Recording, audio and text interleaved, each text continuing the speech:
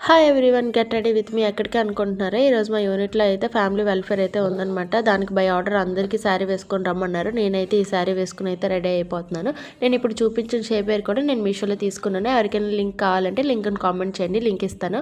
నేనైతే చాలా సింపుల్గా రెడీ అయిపోయాను. మనకు వచ్చింది ఒక్క హెయిర్ స్టైల్. ఆ హెయిర్ స్టైల్ వేసుకొని నీట్గా శారీ డ్రెప్ చేసుకొని ఫేస్ వాష్ చేసుకొని ఒక పొట్టు పెట్టి కుంకుమ పెట్టుకున్నాను. ఇక్కడ ఎండలు అయితే చాలా ఎక్కువ ఉన్నాయన్నమాట. అందుకని మొహానికి కూడా ఏం అప్లై చేసుకోలేదు. నేను రెడీ అయిపోయి మా పిల్లలకి కూడా రెడీ చేస్తారనమాట. వాళ్ళని కూడా తీసుకొని వెళ్ళాను.